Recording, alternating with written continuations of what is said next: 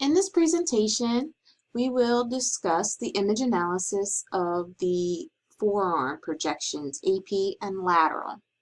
We'll discuss the image analysis criteria and common improper positioning errors that are seen and the corrective measures. Let's start with the AP forearm projection. Image analysis guidelines for the AP forearm projection state that the radial styloid should be demonstrated in profile laterally. Superimposition of the metacarpal basis and of the radius and ulna is minimal. Radial tuberosity is demonstrated in profile medially. The radius and ulna run parallel. The ulnar styloid should be projected distally to the midline of the ulnar head. 1/8 of the radial head will superimpose the ulna proximally. The olecranon process is situated within the olecranon fossa. The coronoid process is visible and on end. The forearm midpoint is at the center of the exposure field. The wrist and elbow joints and forearm soft tissue are all to be included within the exposure field. Here are those guidelines for your review. So now let's take a look at some common positioning errors for the distal forearm. Let's talk about with internal rotation. That can be identified when as the wrist starts to and distal forearm start to rotate inward. The first and second metacarpal bases, which are located laterally, and those carpal bones located laterally, they begin to show superimposition. In contrast, those medial metacarpal bases appear without overlap. Also, the pisiform and hamate are better visualized in this position. It's important to note that as the degree of internal rotation increases, the crossover between the radius and the ulna will also increase. Now let's shift over to when there is external rotation in the distal forearm. When the wrist and distal forearm are rotated outward, you'll notice that the fourth and fifth metacarpal bases, which are located medially, and those carpal bones become more superimposed. On the other hand, the first and second metacarpal bases located laterally will show less overlap. Moving on, let's look at what external and internal rotation of the proximal forearm and how it is easily identified. In internal rotation, you will take a look at the humeral epicondyles if they are not properly aligned in a true AP projection. With one being more elongated than the other, you'll know that there is some type of rotation here. When more than 1/8 of the radial head overlaps the ulna, that indicates that the elbow has been internally rotated. On the other hand, when there's external rotation, there will be less than 1/8 of the radial head superimposing over the ulna. In order to correct these images, you're going to need to make sure that those humeral epicondyles are parallel with the IR.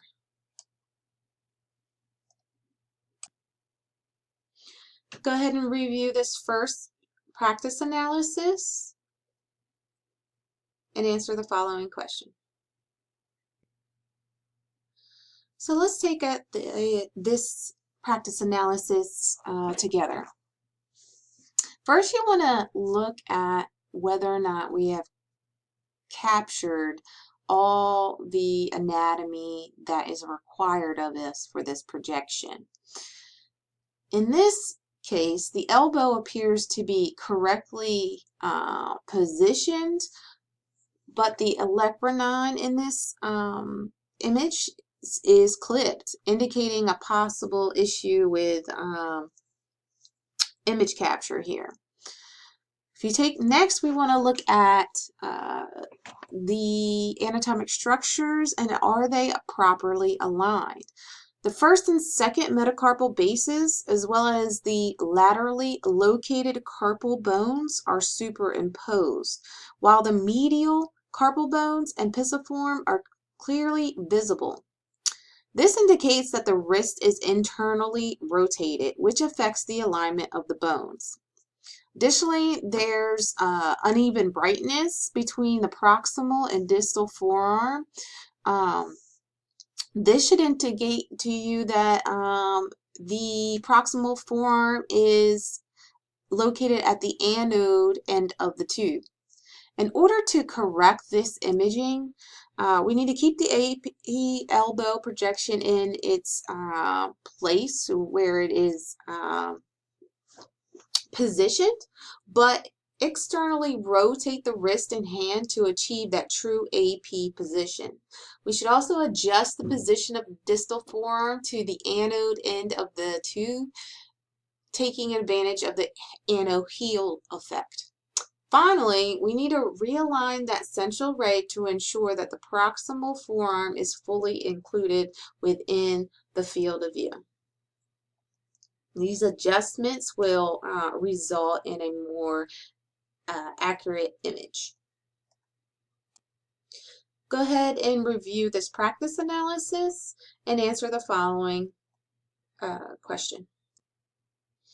Let's review this image analysis. First, you definitely want to check to make sure you have all your anatomic structures, with which we do for this projection.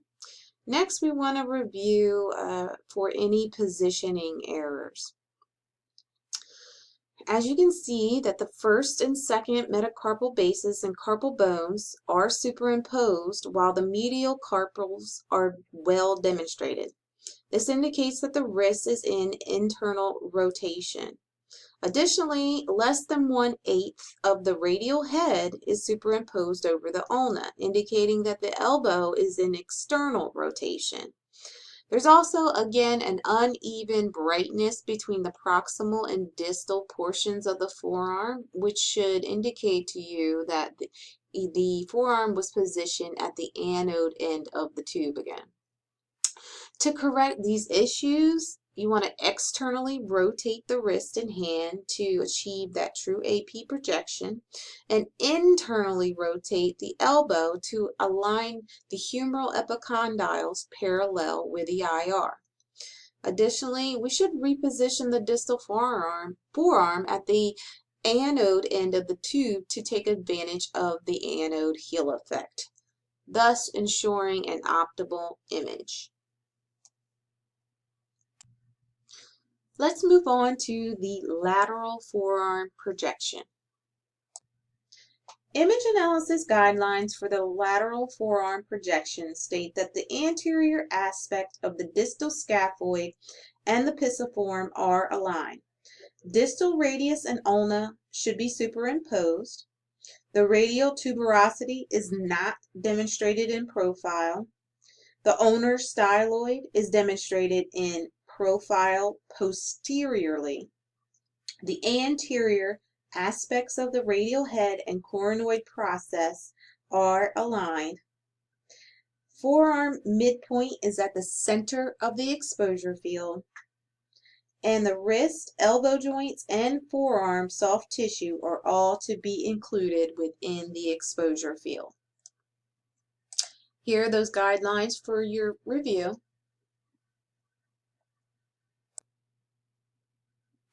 So now let's take a look at the distal lateral forearm projection and how internal and external rotation affects the image.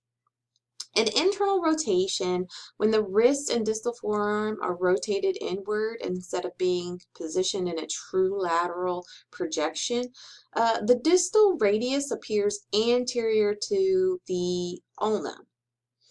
Now, I do not have a picture of external rotation. However, this will be represented in contrast.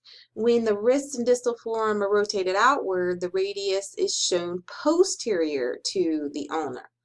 However, this rarely happens. I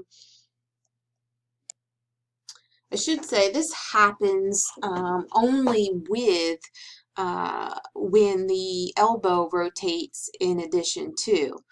This is due to the forearm and humerus not being placed on the same horizontal plane, which affects the alignment and causes the bones to appear in an altered position. So let's talk about those humeral epicondyles and the importance of their positioning being perpendicular with the IR. Accurate positioning of the humeral epicondyles ensures that the anterior aspects of the radial head and the coronoid process are properly aligned. If the proximal humerus is elevated, as in this projection shown, the misalignment will prevent proper alignment of those humeral epicondyles. And this results in the anterior aspect of the radial head positioned posterior to the coronoid process. And the proximal radius and ulna are demonstrated with increased superimposition. On the other hand, if the proximal humerus is depressed and the forearm is higher, this will also disrupt the proper alignment of the epicondyles. However, in that case, the anterior aspect of the radial head is positioned anterior to the coronoid process in this case. Go ahead and review this practice analysis and answer the following question. Let's review this practice analysis together. When looking at the projection, you definitely want to determine whether you've not obtained all the anatomy necessary for the projection. In this case, we have. Now we need to analyze whether we are in a true lateral projection. Looking at the elbow or the proximal forearm, we can see that the radial head and the coronoid are accurately positioned. So the elbow is accurately positioned. Now when we look at the distal radius and ulnar relationship, we can see that the radius is anterior to the ulna.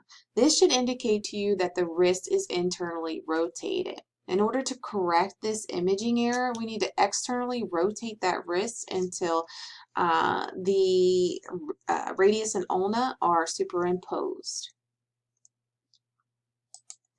This concludes our analysis. If you have any questions, please feel free to follow up.